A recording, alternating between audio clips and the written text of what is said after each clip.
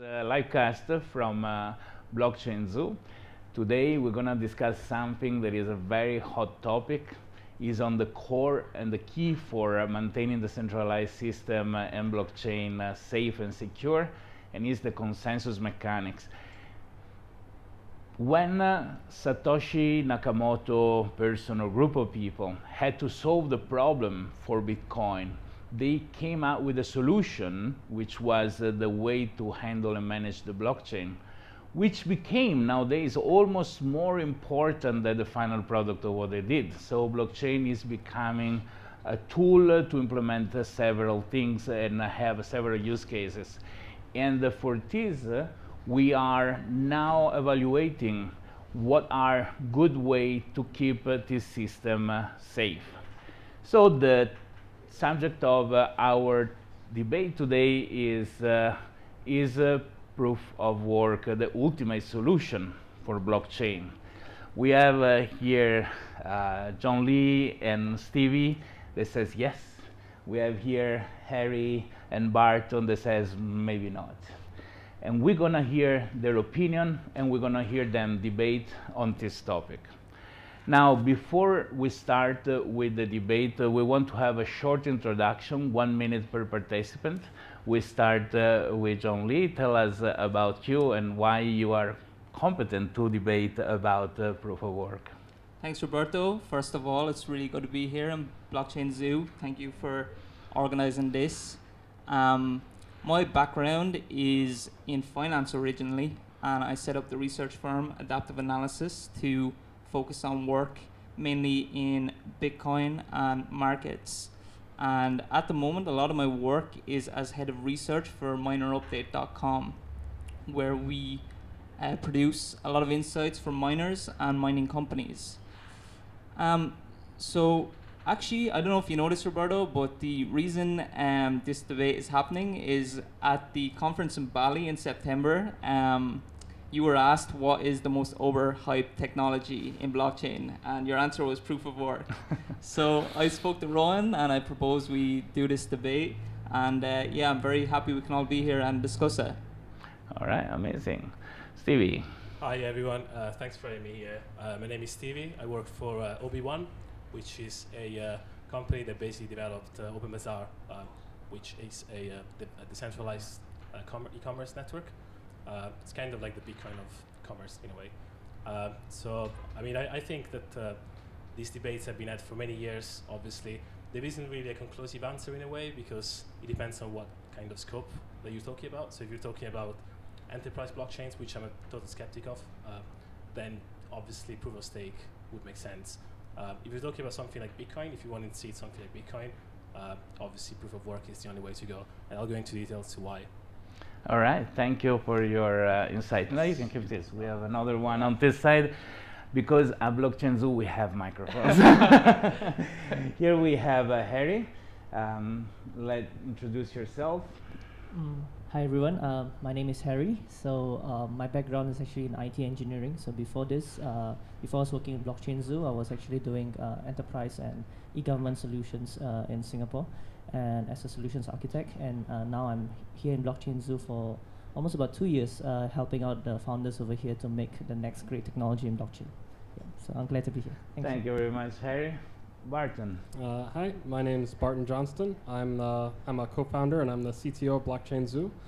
I've been working with Blockchain Zoo for more than the past 2 years, doing consulting for companies that want to use blockchain, either private blockchains or want to interface their software with public blockchains or things like this. And so we learned a lot in that time of trying to fit blockchain onto a lot of different use cases. And we're now taking some of what we learned and putting it into our own blockchain technology, which is what we've been working on for the last several months. And so taking some of the insights, I think, has informed my opinion of why I think there's more alternatives to how consensus can work, even in a public context, than proof of work. And so I'm excited to present my views on that.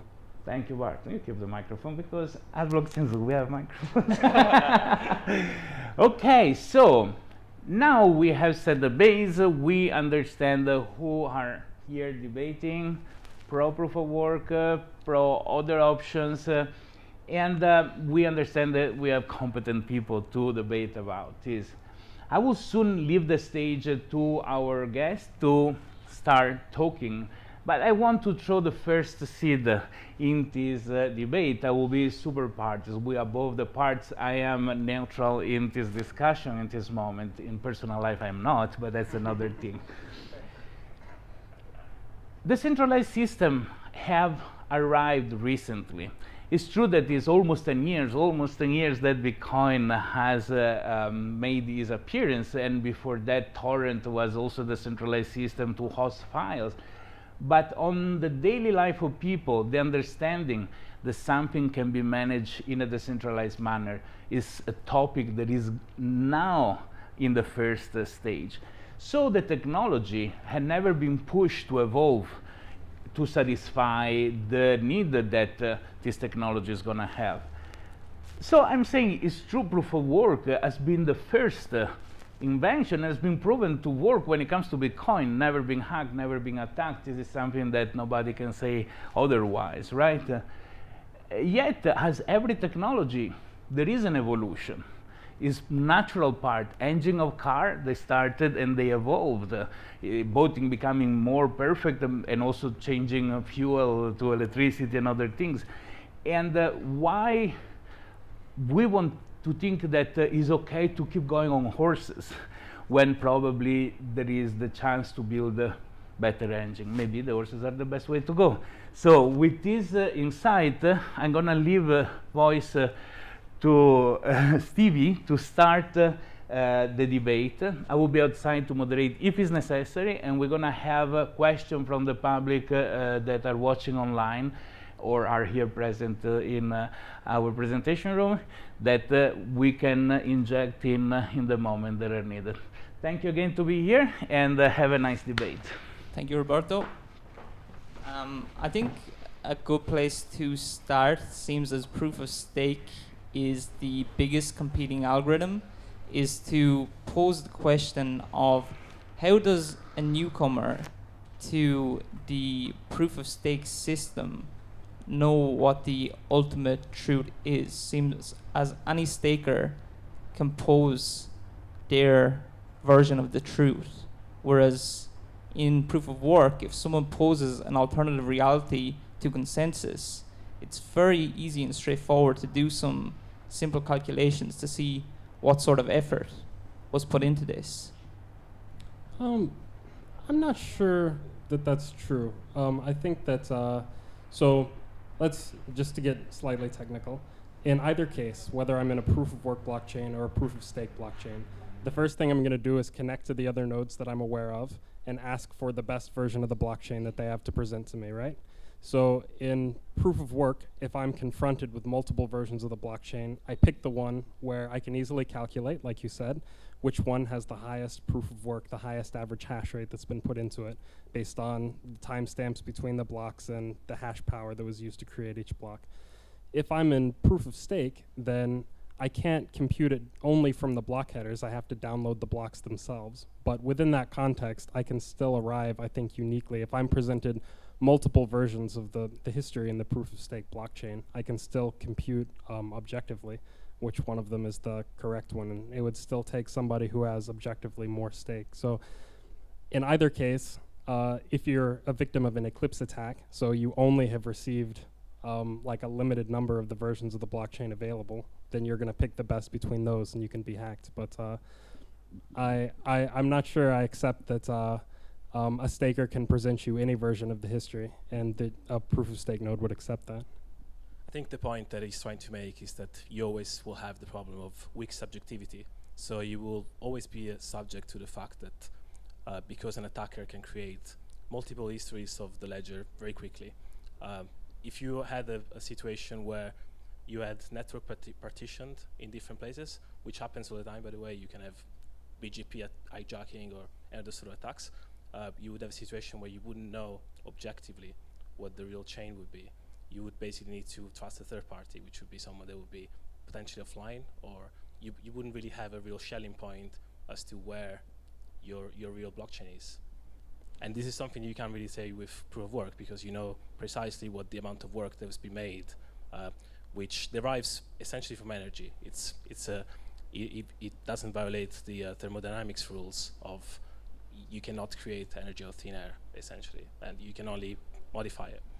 Yeah, and that's true. And you mean like a nothing at stake attack, basically, where so let's say the network were partitioned into two halves, or two parts. And in proof of work, it's true that a miner is forced to commit to either one of the two partitions because he can't use his energy twice. And in proof of stake, somebody could continue creating blocks in both partitions. But I think in the instance when those two partitions come back together in the proof of stake chain, there's still going to be a longest chain where more of the stake contributed. And I think the nodes will still be able to select objectively between them.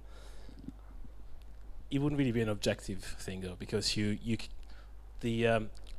the marginal cost of you to add just a database straight, just like a new block, is practically none if you just have a stake.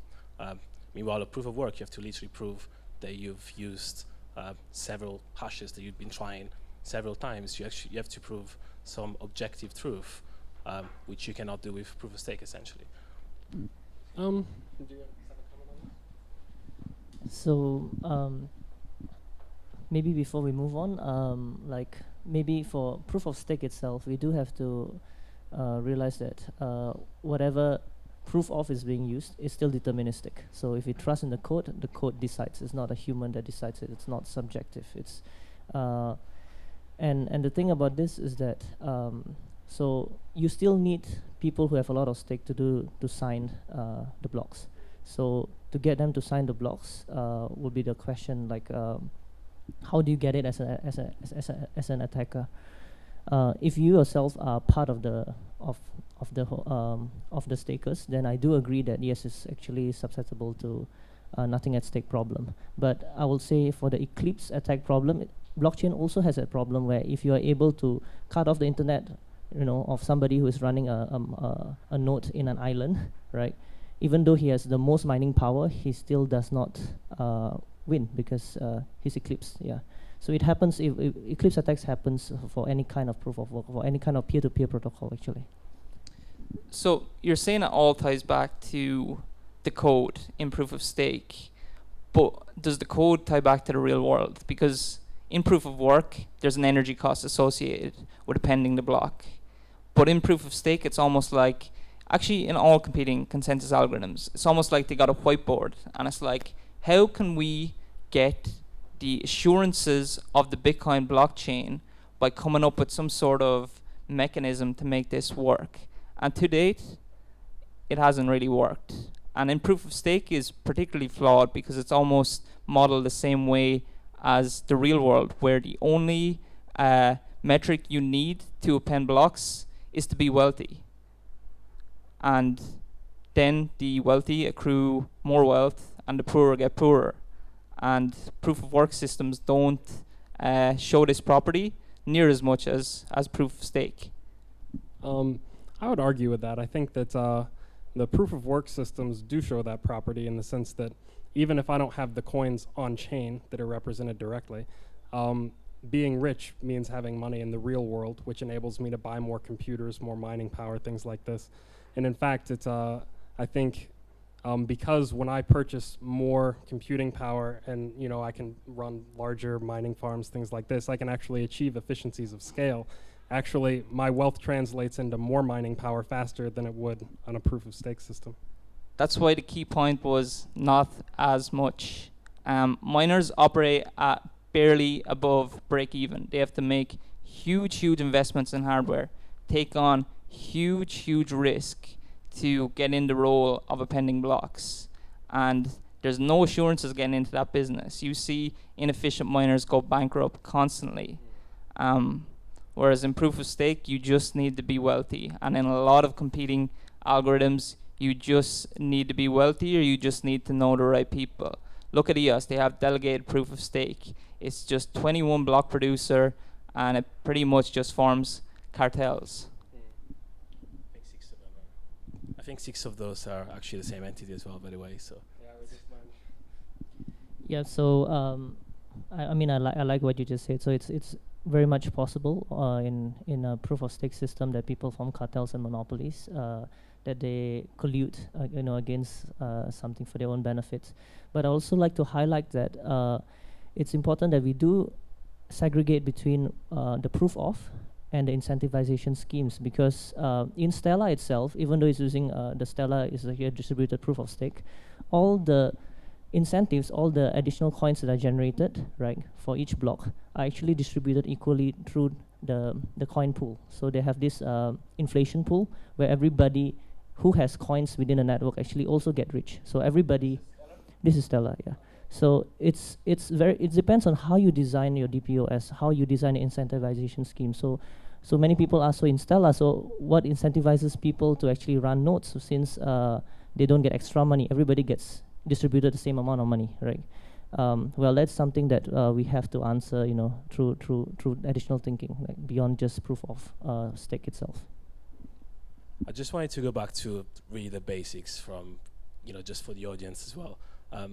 How would you guys define a blockchain? Like, what's the actual use case for an actual blockchain? So the way I would define it, the reason why Satoshi Nakamoto created a blockchain in the first place wasn't because it was fantastic technology, because we've had database since the 70s. We've had database since forever. The reason why database, the reason why a blockchain exists is because it's censorship resistant.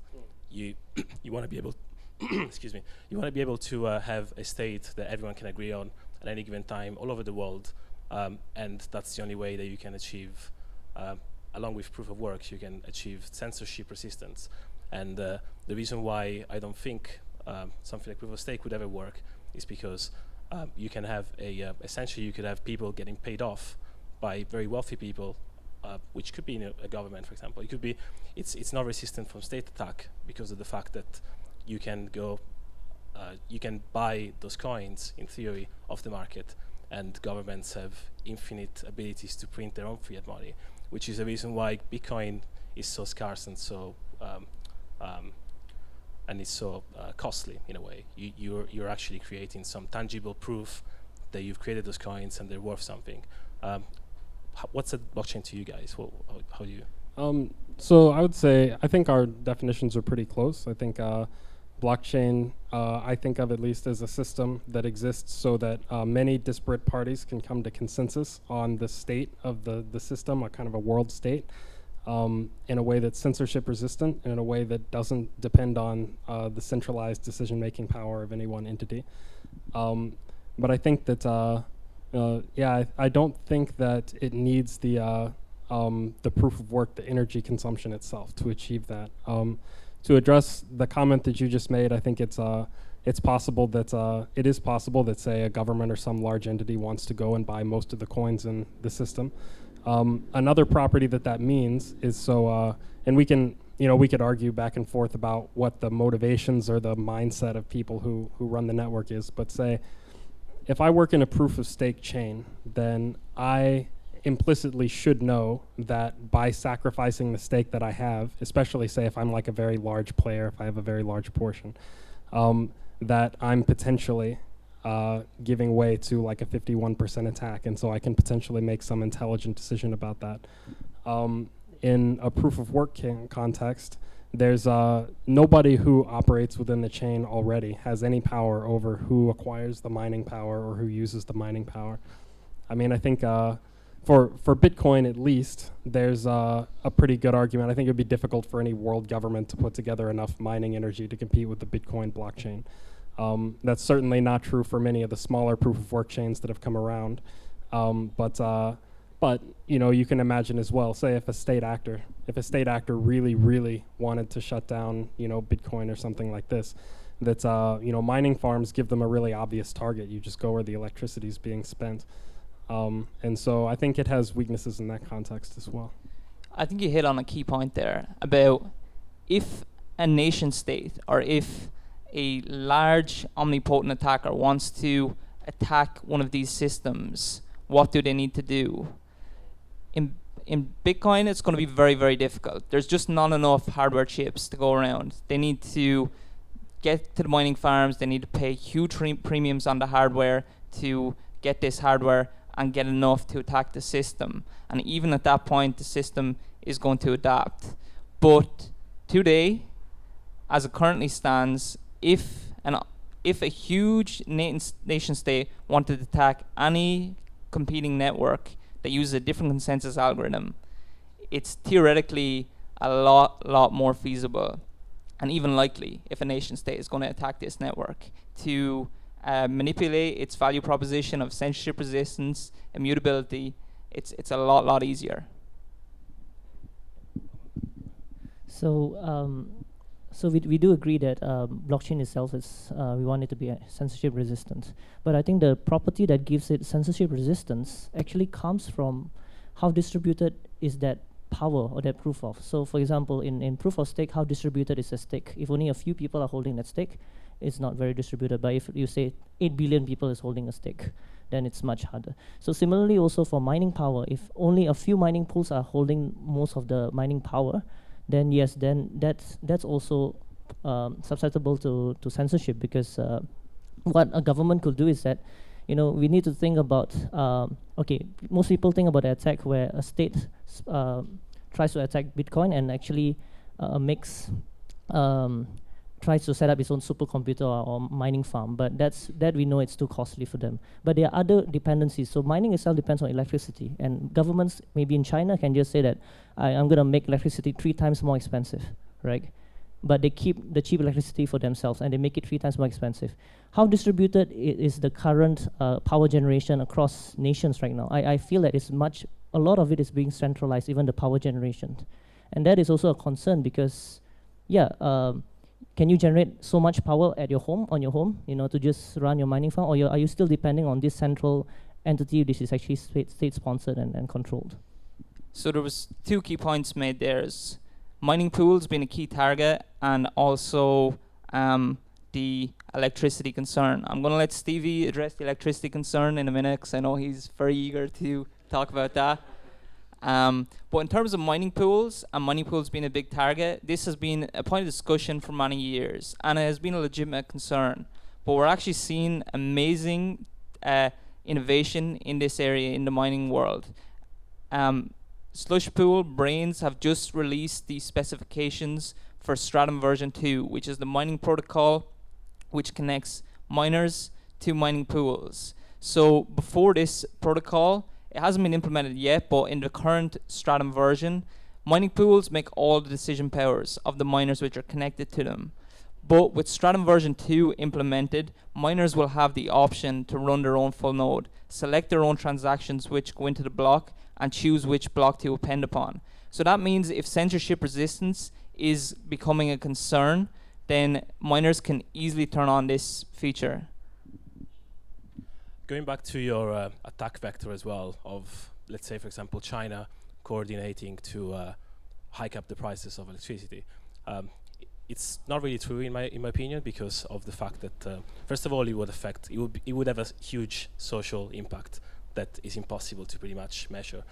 Second of all, even if that was, let's say, that was the thing, the worst case scenario would be that the whole of China switches off, and we would still have Bitcoin functioning.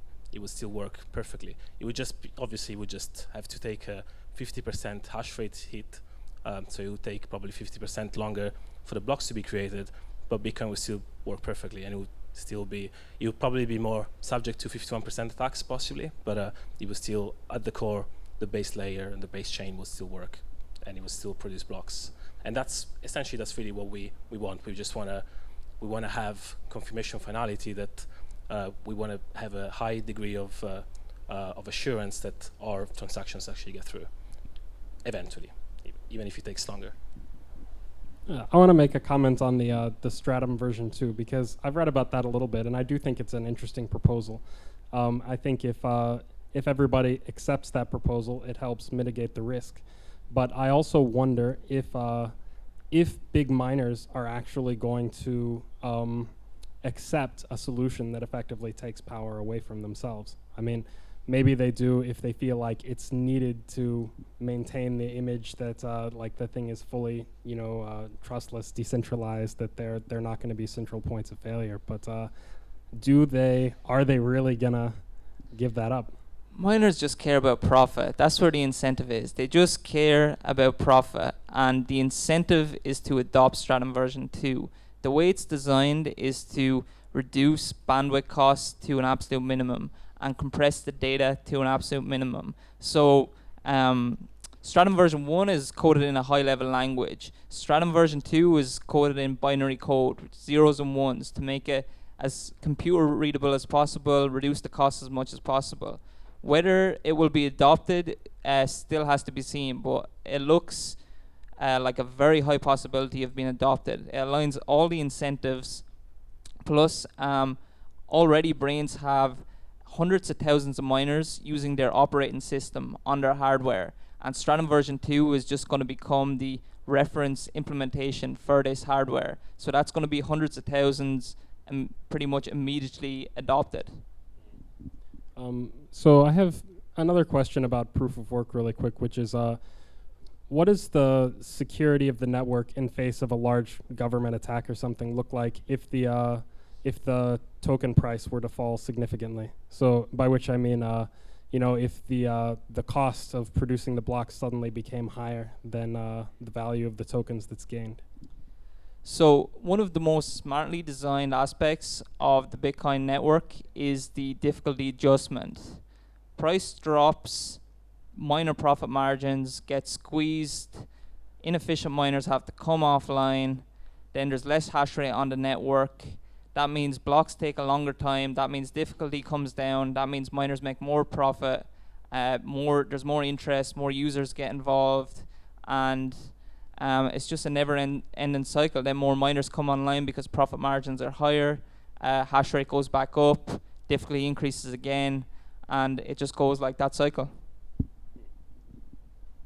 I would also like to add as well that we've seen this before as well. We've seen some tremendous drops in Bitcoin, even intraday 40%, and hashing power just keeps on going up. It just even during our bear market up until last year, hashing power just kept on going up mostly. So there was only a small window of time, a few weeks, where it was sort of like going down, and it started going up again. So. We have a question. Has the whole SegWit action saga not demonstrated that miners don't hold all the cards? I would say absolutely yes, and that was also another point that I was going to make as well. You probably don't agree with this, but miners don't really have any power in the system. All they do is they have an incentive to create timestamps of the network, but they don't really hold any voting power, which is another difference with proof of stake, because if you are in a proof of stake system, you hold a significant voting power. You can literally fork the block. You can do pretty much what you want as a majority holder, and you can be bribed in theory if that was the case. Okay, I entered with 2 notes. One, sometime as expert, we say things that we give for granted when it comes to the meaning of the words. Between the public, there is people that may have not the full knowledge that we have. So if you mention terms, civil attacks, rather than whatever, it'd be nice if you can spend 10 seconds explaining the meaning of the word. And I have a question to revive this debate. It's not a competition between proof of stake and proof of work. Here we are talking about, is proof of work the ultimate solution?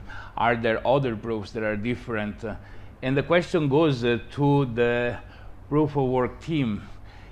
Is the attachment to the technology connected to the trust on the technology, to particular behavior of the technology, meaning that tomorrow somebody design something that behave in a very similar way but is more efficient, as it already happened sometime in the evolution of the core node software for Bitcoin.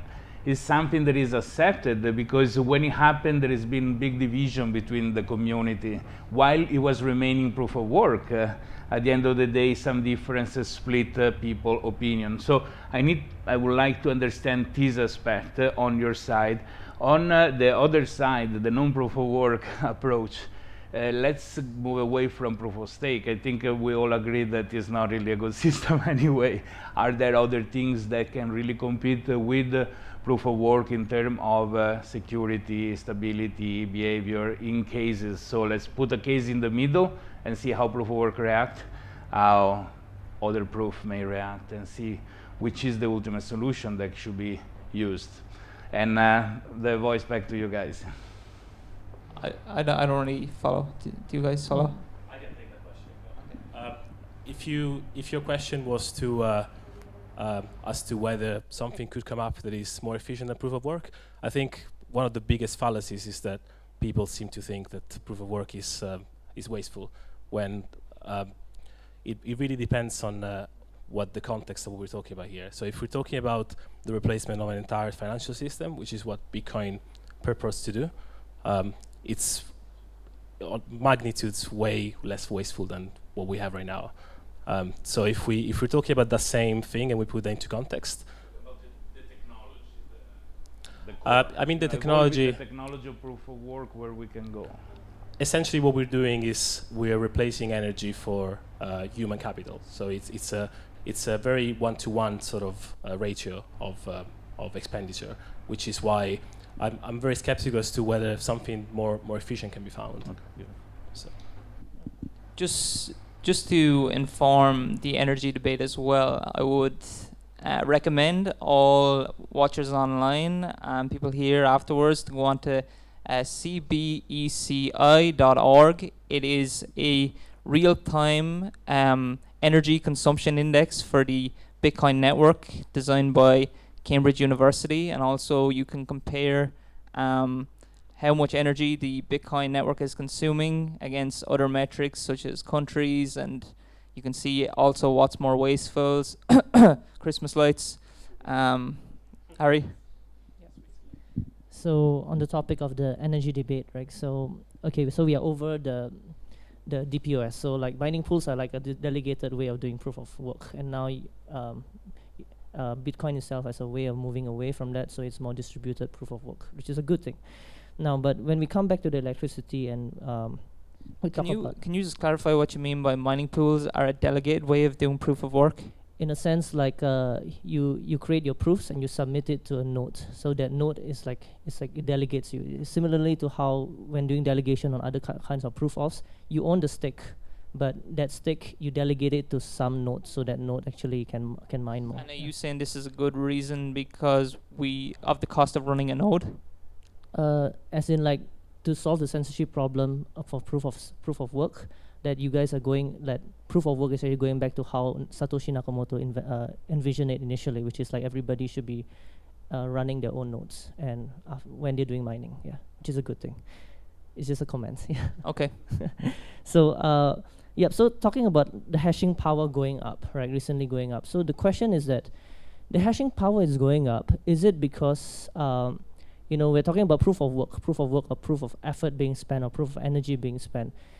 Is the hashing power going up simply because ASIC miners have gotten more efficient, or is it really because the amount of energy or spent is going up also at the same time? That's one of my questions. And the other question will be like, talking about how Bitcoin itself using energy that is not wasteful. I think that is something that is very subjective, because just like if somebody has a terminal illness, for example, like the president of America has a terminal illness, goes to a hospital, do we spend all the doctors, do we ask all the doctors to try to save him and we just ignore the other needs of the other patients? Because electricity itself, it's a commodity that's actually very useful for many, many other things. For example, simulations of earthquakes, of natural disasters. There's so many things we can use electricity for. So, yeah. And also gaming, and also Christmas lights, of course. But so to what extent, to how far, right? So similarly also, like what is the goal of blockchain itself? If the goal of blockchain itself is like, to give you an anecdote, it's like putting everybody on the moon, right? How much energy would we want to spend to put everybody on the moon? I think humankind has to always consider what is the most efficient. Like humankind can achieve anything if it puts its mind on it, but it needs to consider what makes sense at that moment in time. Yeah. I'll let you guys answer, but just to frame this question in a different way, let's say, so if a system was possible that had the same decentralized properties that proof of work has now, that didn't require as much energy, would that be a favorable thing? Would that be worth searching for? I think we've answered that question with perpetual motion machines that didn't work for about a couple of centuries, that people have been trying to create these machines that would create energy out of thin air. And we know that doesn't work. And I would say proof of stake is on a similar level on the crypto sort of ecosystem. Going back to your question about why hashing power is increasing, and that's the beauty of the Bitcoin system, the proof of work, is essentially that you have an incentive system for miners to come online and to find more innovative ways to cram more mining power into just very small sort of mining machines. So one of the things that Satoshi Nakamoto probably didn't actually envision was the fact that you would have this huge arms race of miners creating this kind of stuff. So when he talked about one CPU, one vote, he didn't quite take this into account. And that's fine. He's not an oracle. He's not God. So it's fine to progress from the vision. So just a comment. So you are actually supporting ASIC proof algorithms for mining? Like, you think that's a good thing? Absolutely. I believe ASICs is a good thing. And it comes into why the hashing power has come up as well, because there is so much demand for ASICs and chips. The hardware manufacturers can't even get enough chips off the foundries, because these chips also need to go to smartphones. So when people want mining machines, when profits are high, the hardware manufacturers need to get their hands on as much chips as possible and design this hardware, which takes months, and deliver it then, which also can take months. And these miners then are just so eager to get their hardware online when profit margins are high. And that means that the network is actually more secure, because if a huge attacker wants to try accumulate all this hardware, it's distributed around the world. And people don't want to give it up. It's going to be extremely expensive to try gather enough of this hardware to attack. And another key point with ASIC hardware is that the balance sheet of miners is tied to ASIC hardware plus the value of the currency they are mining, Bitcoin. If they do something against the network, like let's say try censor a transaction or try reorg the network 50 blocks deep, then they're going to crash the value of the currency. Their balance sheet is going to be impacted, and their ASICs are going to be worth zero. If an alternative consensus system, if stakers or block producers want to do something for short-term profit, they can easily do it. If the short-term profit turns into the long-term chain, they can move over to this blockchain. If the short-term profit just they capitalize on it and the normal chain stays the same, then they can just stay on the same chain.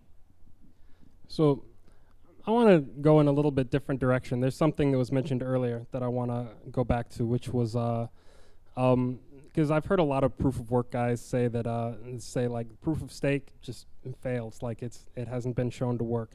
And I want to ask about that specifically, because say I mentioned earlier we've done work with NXT. That chain has been running a long time without having been attacked. There's protocols like Stellar that have been running a long time without having been attacked. These are systems that have been working in the real world without being attacked, whereas at the same time we saw, for example, Ethereum Classic had the attack done on it where somebody stole $1 million worth of Ethereum Classic. I think Vertcoin just a day or two ago had their second reorganization, malicious reorganization, in something like 2 years. So we've seen examples of smaller proof of work currencies have these kind of attacks, but I'm not as aware of examples on the proof of stake currencies having these attacks. So what do you guys mean when you say that it hasn't been shown to work? Sorry, just a very small point on the proof of work. The smaller chains will always be subject to attacks. It's always okay. So we can agree on that. Yeah, I will completely agree with that. When I talk about proof of work, I'm talking about the main implementation of Bitcoin, which is the only one that I sort of care about. So, I'm on the same viewpoint as that. And to address your question, you don't want to think about to date which of these small networks has had a blockchain which hasn't been reorganized or hasn't been double spent. You want to think in the future, how robust is this system to the kind of attacks it's going to face? If a nation state or a huge attacker wanted to manipulate one of these networks, can it be done? Can this network face up to the kind of pressure that it's going to face up to if it becomes a threat to nation states. And in a lot of cases, these other competing consensus algorithms won't hold up. Well, so, and I think that's exactly where the meat of the debate is, right? Because that means we pushed everything into the realm of theory, you know? And so there are a lot of theoretical considerations about which algorithms hold up better in face against a nation state. For example, if I'm a nation state, or better, the United Nations or something that really perceives Bitcoin as an existential threat to the financial system, then I can take steps like make mining illegal. And I can go and try to use people's electricity usage to identify where their homes are and go and shut them down. Whereas something that uses, say, like not necessarily only proof of stake, but anything that doesn't consume large amounts of energy, you can run, say, over the Tor network and nobody understands, assuming the CIA doesn't run all the Tor exit nodes. So I think that's yeah, it's very, like, if we really want to talk about the big picture of when government wants to shut it down. But even in that case, in the unlikely scenario that, let's say, all nation states agree mining is illegal, there's still going to be people running their machines. And same way as drugs are illegal in most countries, there's still drugs is still a huge $100 billion market. I'm sure probably in the trillions. So I don't really see much. There are obviously attack vectors to Bitcoin as well, but the point is that it is the most robust in the face of extreme attacks.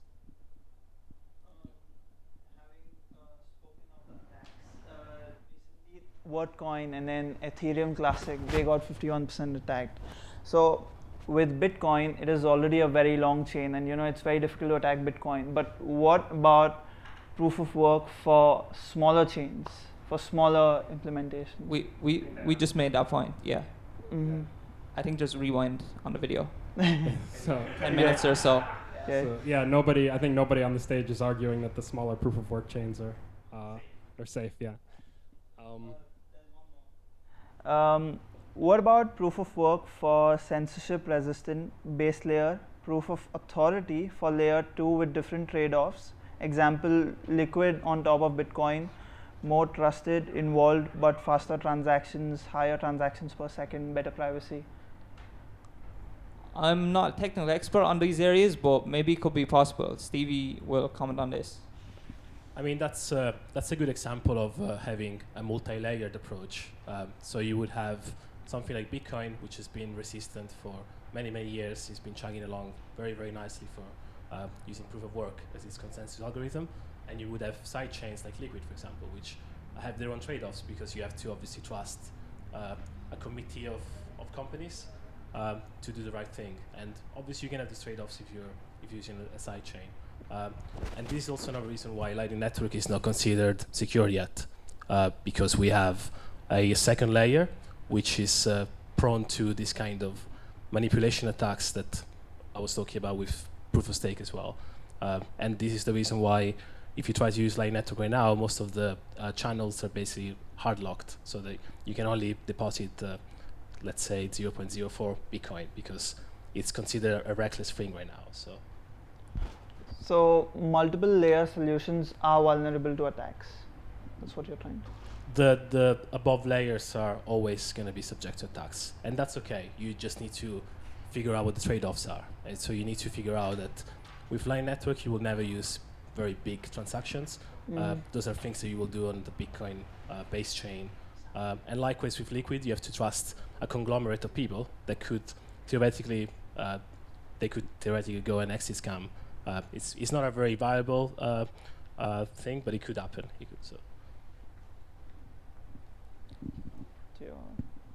Yeah, okay, if no other comment there. So going, like Roberto was saying, say beyond proof of stake, because proof of stake has this obvious weakness that somebody can accumulate all the staking power quite easily and quite quickly and create a 51% on the network. But imagining some other consensus algorithm that, because really in consensus we're talking about who has the voting power to add blocks to the history, right? Or who has the likelihood to add blocks to the history. So if you imagine that we had a system, hypothetically, where, and maybe you could do this in proof of stake, say if you had 1 million small people with equal stake, but especially if you take proof of stake out of the question, and let's say you had 1 million people who each had equal chance to add history to the blockchain that are very widely distributed. Do you guys still think that that's not as secure as if you were to have, say, a system where whoever manages to buy enough of the mining power, consolidate enough of the mining pools, could actually rewrite the history or start adding their own blocks? The more complexity you add into the system, the more attack vectors there's going to be. And tying it back into the last question and Stevie's response, a question with a network with a strong proof of work on the base layer and making trade-offs on higher layers is going to be more effective, in my opinion, for the long foreseeable future than any messing around you can do with a consensus algorithm. Wow, that's a very strong statement. So, so going back again, like we know there are many blockchains actually use proof of work, and many of the younger blockchains actually try to rotate their hashing algorithms every 3 months or every 6 months. One of those is actually Monero, as far as I'm aware.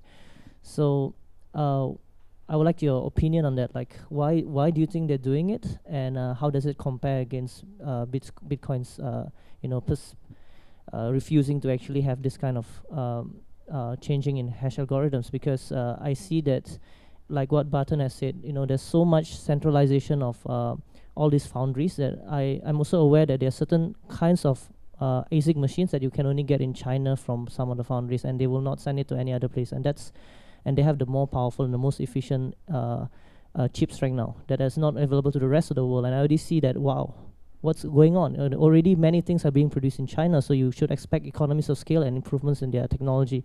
And over time, it's going to just centralize in China if this continues on. Yeah. Well, I think it only really matters if you consider a centralization of miners as a problem. I don't personally consider it to be so much of a problem because of the reason that I detailed before. Because even if you had the worst case scenario of the whole of China going offline, you would still have Bitcoin working. And essentially, China would just be left out of the system, essentially. So it doesn't really have, there isn't an incentive attached for China to actually act that way, even if they did try a couple of years ago. So I don't really see that as a problem. Even if you had concentration of mining equipment, I don't really see what the attack vector there would be. Is it okay if I respond to that? Sure, yeah. Okay.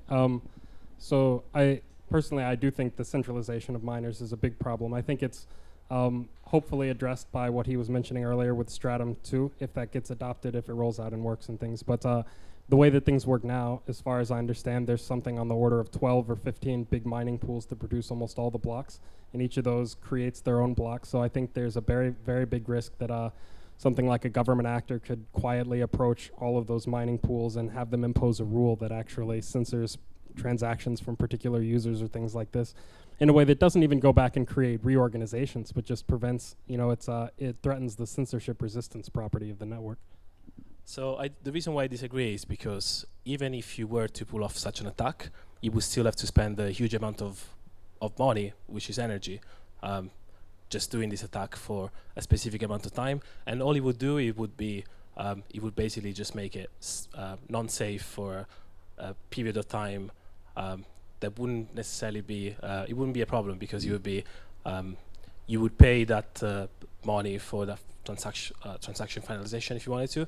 But it wouldn't necessarily be a problem going back. You couldn't just go back and rewrite the Bitcoin blockchain. You would have to spend considerable amount of proof of work to do that. So even if you had 50% of the network or 51% of the network, you still can only censor transaction. You can't really go back and rewrite the chain.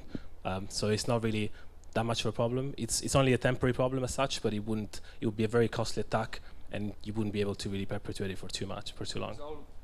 There's also always nodes. So in the case that attack is successful, nodes can identify the attack. A very quick hard fork could be done in an emergency-like situation to change the code so that all the ASICs no longer can mine on this code, and the attacker has lost all of their power. And for what? For very little. So that's if the community decides that it's worth a hard fork and all of the people actually. Yeah, we're speaking theoretically here, right?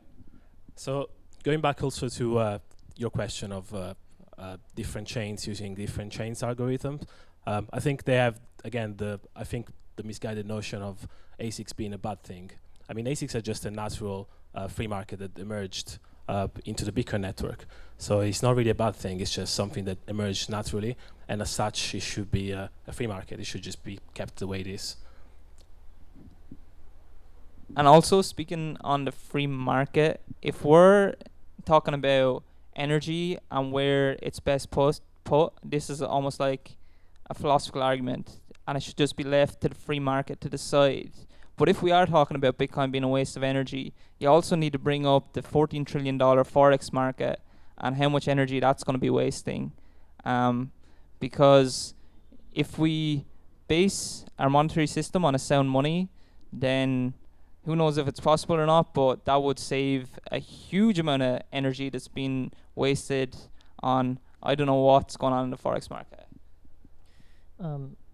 Okay, so I'd like to actually address your response just now with regards to ASIC miners being just a free market economy thing and it's nothing to be worried about. So my main concern with that is basically what happens when, and I already heard some rumors that some of these foundries are able to make ASIC machines that are 50% more efficient.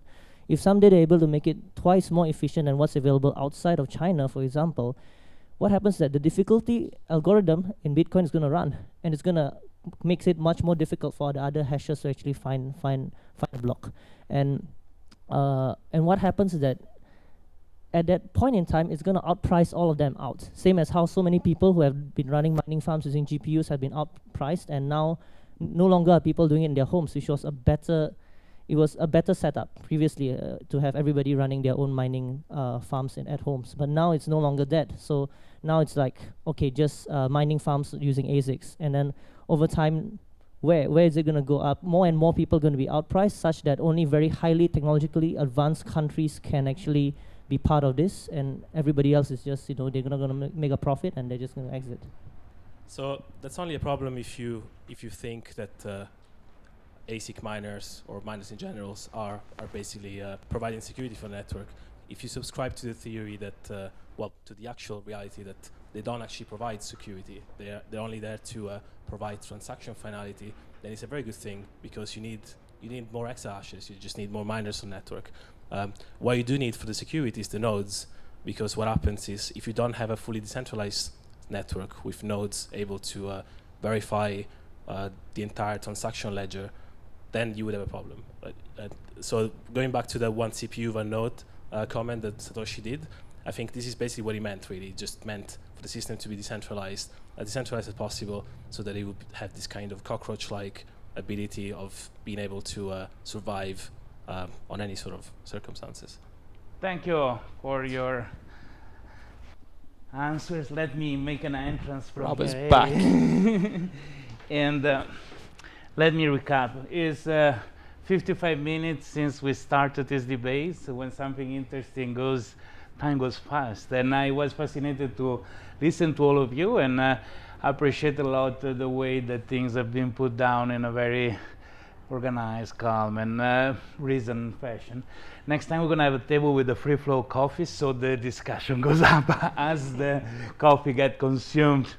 So let me recap for everybody, and let's try to understand what the conclusion of this debate are. So we agree that proof of work makes sense on Bitcoin, not on minor blockchain, on private small projects, right?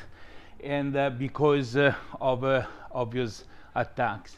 Bitcoin, for its nature, is hard to attack because it's where all the attention of miners go. And that's what we understand. Something that we mentioned briefly at the beginning, and it wasn't really part of the debate, is the use case for blockchain. If I had to make a blockchain to manage medical records for a consortium of hospitals, maybe proof of work wouldn't be the solution to make it safe. Or no, please. Yeah, I think we did cover this when Stevie boiled it down to the basics, and we tried to agree on what a blockchain is and what its key value propositions were, and we all agreed it's censorship resistance and having a mutable ledger that's hard to manipulate. All right, which means that you are saying the proof of work will be the technology of choice, or something else will be more adapted? Absolutely, at the moment, yeah. So, okay, so what you were saying, that a minor blockchain like one of a consortium for a use that is not financial would use proof of work to remain the safest means of protection for the blockchain. Yeah, if you want to get the assurances of a decentralized network, you need to go on the Bitcoin proof of work network. Okay, okay, thank you for your opinion. Working with blockchain for so many years, I end up dividing blockchain's algorithm proof of in two categories. Those that use an external source to determine the capacity of work, and one to use the internal source like a previous sign stuff, or there is those that have the capacity of their drive rather than. In this way, I think that what can be manipulated come from outside or inside, giving different proof, different specific behavior in case of the use and the attacks that they can receive. So I leave you guys the same question. For smaller, non-financial related blockchain, which would be the best choice? Is proof of stake something that makes sense, or the stake has to be the reason why the blockchain exists, else can be attacked if the blockchain is actually managing title that are worth more or other things? If I understand correctly, you're asking about non-financial use cases, especially, say, hospital medical records.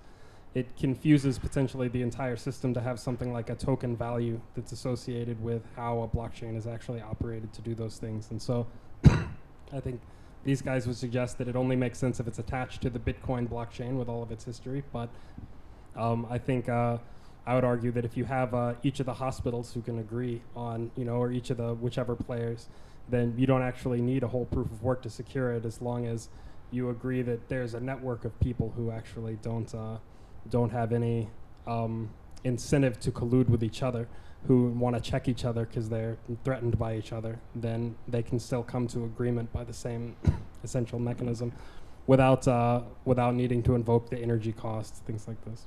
All right, so I think that we still see that there are different opinions, which is a beautiful thing, I think, because agreeing to disagree is one of the powerful things that intelligent people do. We're going to leave to people in the comments. Tell your opinion, say what you think is the correct way of handling blockchain. We like to then have another meetup maybe later in the next future and see what happened in the actual world with adoption of blockchain, what happened to proof of work, what happened to other proof. This is a small disclaimer, as Blockchain Zoo is working in a new proof of something. This is a kind of argument and discussion that we are very interested in, because we never stop learning, and we try to make the best of having blockchain that are secure independently for how things can be manipulated inside or outside the blockchain itself.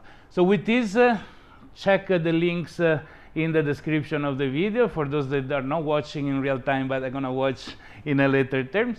Contact any of us with specific question. We are always happy to share our knowledge on both sides of proof of work and not. And see you next time. Thank you again to everybody.